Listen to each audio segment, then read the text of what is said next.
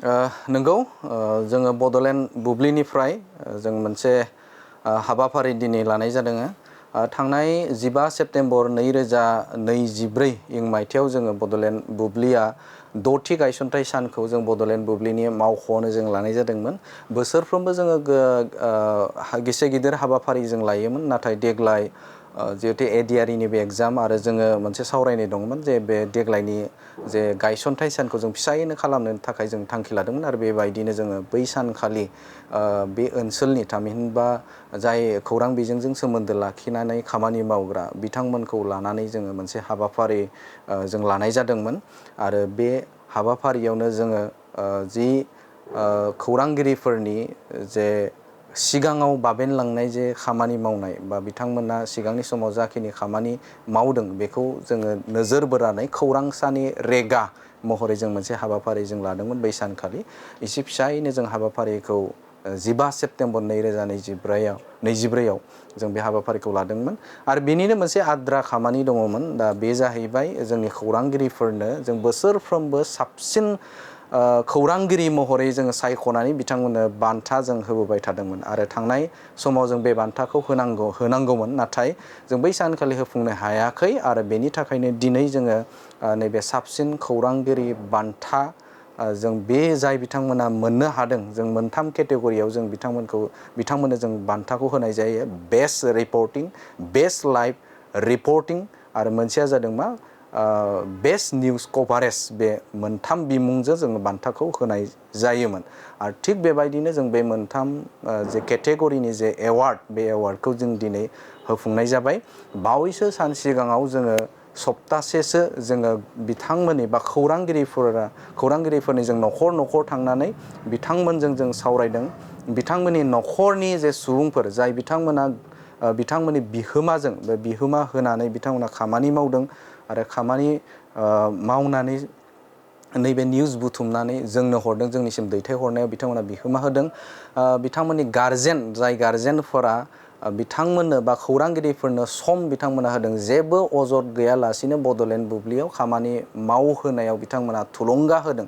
बिथांमोनखौ जों दहाय होनानै जोङो बड'लेण्ड बुब्लिनिफ्राय जों बिथांमोनखौ मान बावदों, जों सनमान होदों आरो थांनानै गांफा गांफा आर'नाइजों बिथांमोनखौ जों मान बावनाया सिगां समाव जालांदों आरो बिथांमोनजों लोगोसे बा गारजेनजों लोगोसे खौरांगिरिखौबो जों मान होनाय हाबाफारिया बै सानखालि जों लाबोबाय थादोंमोन। आरो दिनै जोङो जे मोनथाम केटेगरिनि जे एवार्ड, थामहिनबा बड'लेण्ड बुब्लिनिफ्राय बोसोरफ्रोमबो होनाय एवार्ड, बे एवार्डखौ जोङो बड'लेण्ड बुब्लि मावख'आवनो बिथांमोनखौ लेंहरनानै दिनै जों होनाय जादों। गिबि बान्था महरै मोननो हादों बेस्ट रिपर्टिं महरै 2023-24 नि एवार्डखौ मोननो हादों बिथां गौतम बसुमतारी। बिथाङा जनाइनिफ्राय बिथाङा खौरां दैथायहरो, बिथाङा मोननो हादों। आरो लोगोसेनो बे समाव निउज बिथिङावनो बा मोनथाम केटेगरिनि गुबुन मोनसेया जादों मा बेस्ट निउज कभारेज, बेखौ मोननो हादों पद्मत जरानिफ्राय बिथां चिरन्जीब ब्रह्म।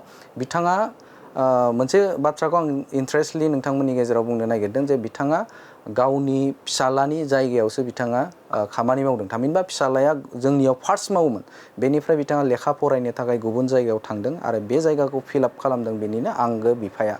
आरो बिथाङा जोंनो कन्टिनिउलि बोसोरनै जाबाय, 2 बोसोरनि गोजौआव जाबाय बिथाङा जोंनो रादाब दैथायहरदों आरो आबुं खालामदों।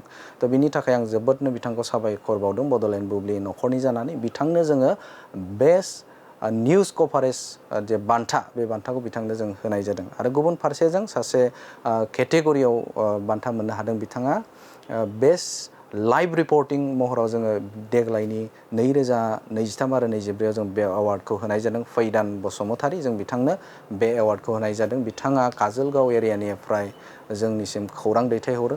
बिथाङा जोबोदनो खस्थ' खालामो, दा खस्थ' खालामनानै जोंनो निउसखौ दैथायहरो। आं जाय बिथांमोना नैबे बड'लेण्ड बुब्लिनि गेजेरजों जाय बिथांमोना बे एवार्डखौ मोननो हायाखै, बिथांमोना दुखु मोननो नाङा। मानोना नोंथांमोनाबो बे खाबुआ दङ, नोंथांमोना खामानि मावलाङोबा बे खाबुखौ लानो हागोन बेखायनो नोंथांमोना गोसो बायनो नाङा आरो इयुननि समफोराव नोंथांमोनाबो गोख्रोंनिफ्राय गोख्रों खामानि माव आरो आंगोनिबो आंगो खौरांगिरि लोगो नोंथांमोनखौ बड'लेण्ड बुब्लिनि खौरांगिरि लोगो नोंथांमोनखौ गोसो बायनो ना खामानि मावनो थाखाय आं गुरै खावलायदों आरो लोगोसेनो जेन नैबे सुबिदाखौ थामहिनबा नोंथांमोनाबो जानो हागोन साफा साफा बड'लेण्ड बुब्लिनि बेस्ट लाइभ रिपर्टिं